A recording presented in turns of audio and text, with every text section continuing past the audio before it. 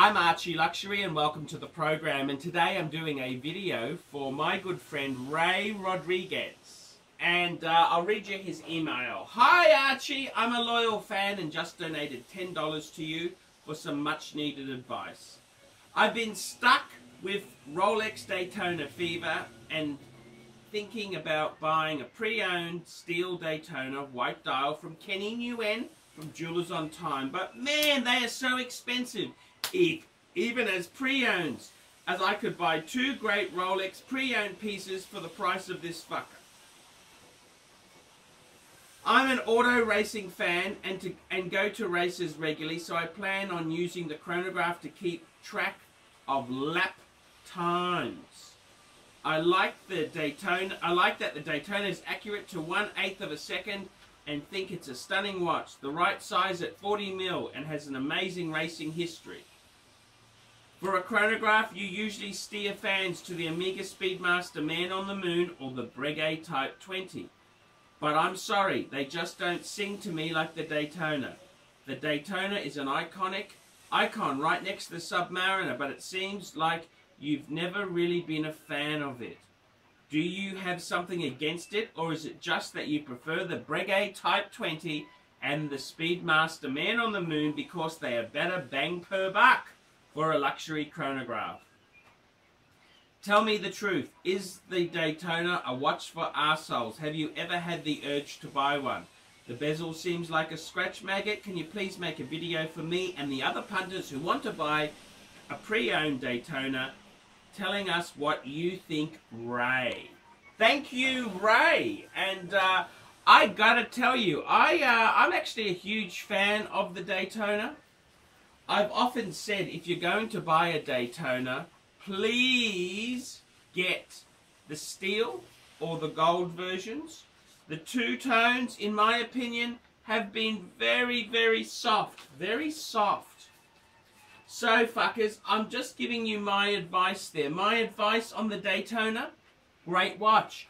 In fact, when I had my inheritance coming to me in 2009, I had a small inheritance. I was actually, this is when I bought the white gold Calatrava, I was actually seriously considering a two-tone sub-bluesy, two-tone Submariner with blue dial, or a brand new steel Daytona. Now the steel Daytona, I've been a huge fan of it. I just don't think it's great bang per buck. If you are going to buy new, you're going to walk into the dealer, the Rolex dealer, you're best off to buy a Daytona. It'll retain its value. More retention. That's kind of ended now that the GFC has bitten fucking hard. It's bitten fucking hard. But fuckers, let me say this to you. But fuckers, I've got to tell you the truth. I like the Daytona. On the second-hand market, look, the Breguet, you can buy them fucking cheap. And then we talk about the Speedmaster. Look, out of those three, if someone said to me, pick one, Archie, I love your channel so much you can have one, of course I'd pick the Daytona. It's worth the most. However, the Omega Speedmaster Man on the Moon, fabulous watch. Fabulous watch. The Breguet, I love classic design elements of the Breguet, but it's not perfect.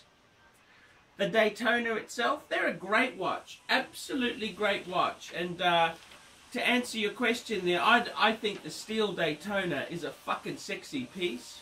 White or black dial. Personally, I'm more of a white dial fan because I think that'd be a great pair. Explorer 2 white with a Daytona white, just super cool.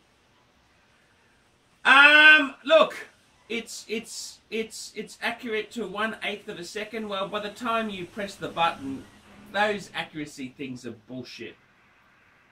40 mil is a good size.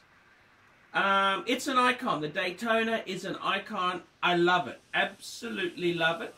But you know, if you're buying second hand, it's a lot of money for you know what I'm saying? Like, you can buy a lot of pieces for the same price as a Daytona.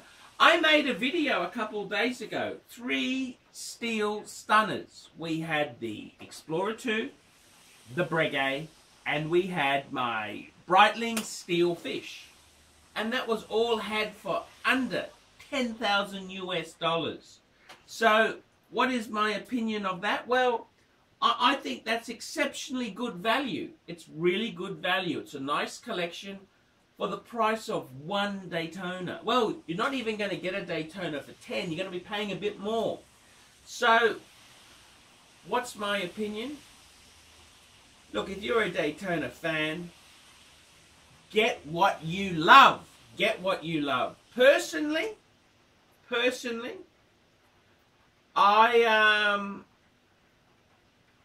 when I was buying a solid gold piece, for a little bit more, I could have got a Daytona, a yellow gold Daytona on a bracelet, but I really wanted the blue dial. Does that make sense to you? So, look, my honest view there,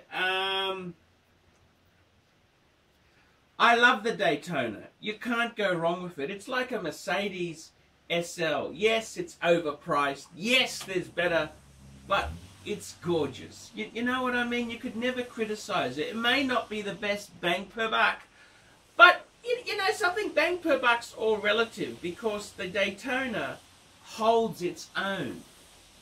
It holds its own. So is it bad bang per buck?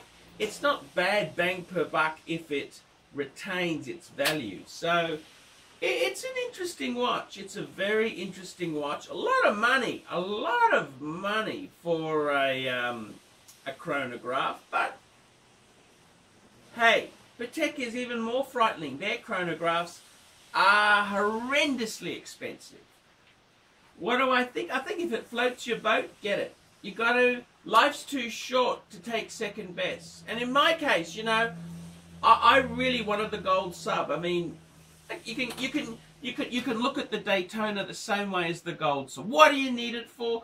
There's better bang per buck, but it's not about bang per buck. It's about what do you like. And if it sings to you and you love it, that is all that matters. I'm Archibald Chesterfield III. Tell me what you fuckers think of that. Nice one, Archie. Great vid.